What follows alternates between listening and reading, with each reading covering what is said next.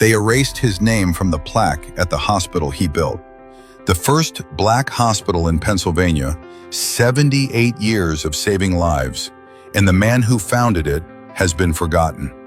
Want to know why that's wrong? Here's the story they don't want you to remember.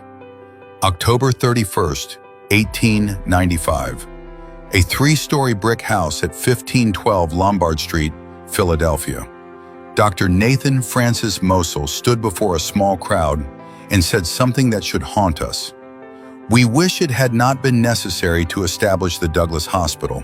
It means extravagance, inefficiency, duplication of effort, and is undemocratic in that it establishes caste."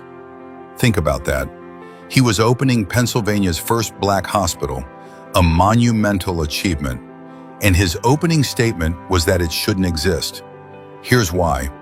Mosul had become the first black physician to graduate from the University of Pennsylvania School of Medicine in 1882. According to historical records, he graduated with honors. He became the first black member of the Philadelphia County Medical Society. Every white hospital in Philadelphia denied him admitting privileges, not because he wasn't qualified, because of his skin. For a decade, Mosul worked out of his home on Lombard Street, forced to refer patients who needed surgery to white physicians.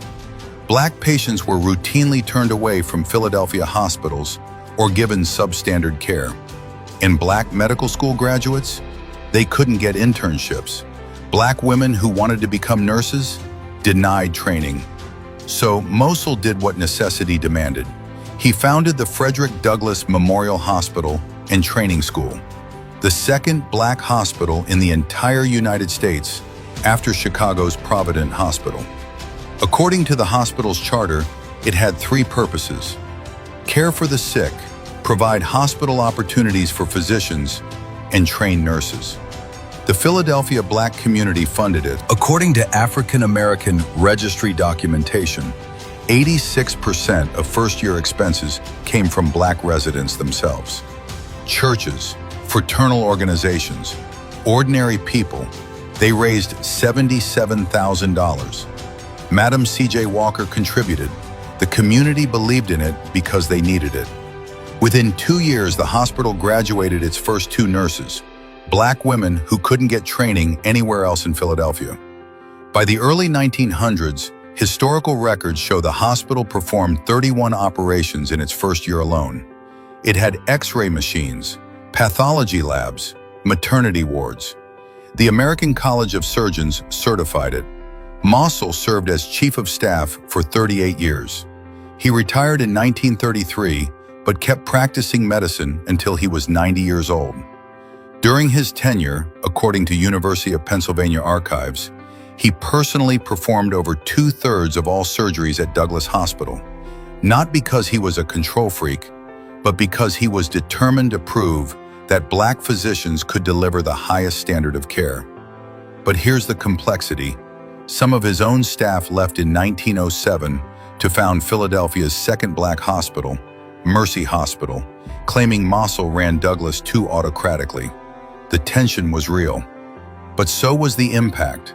For 78 years, from 1895 until 1973, Frederick Douglass Memorial Hospital saved lives that no other Philadelphia hospital would.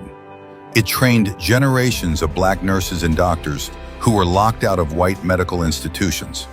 It delivered babies, performed emergency surgeries, treated tuberculosis patients that other hospitals wouldn't touch. In 1948, 2 years after Mosul's death, Douglas merged with Mercy Hospital to form Mercy Douglas Hospital, hoping to solve chronic financial problems.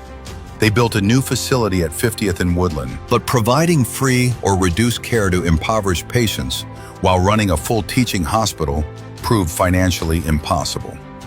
In December 1971, Mercy Douglas went into receivership. In July 1973, it closed forever. The building was demolished in 1982. And here's the insult. Today, there's a historical marker at 1522 Lombard Street, marking the site of Frederick Douglass Hospital.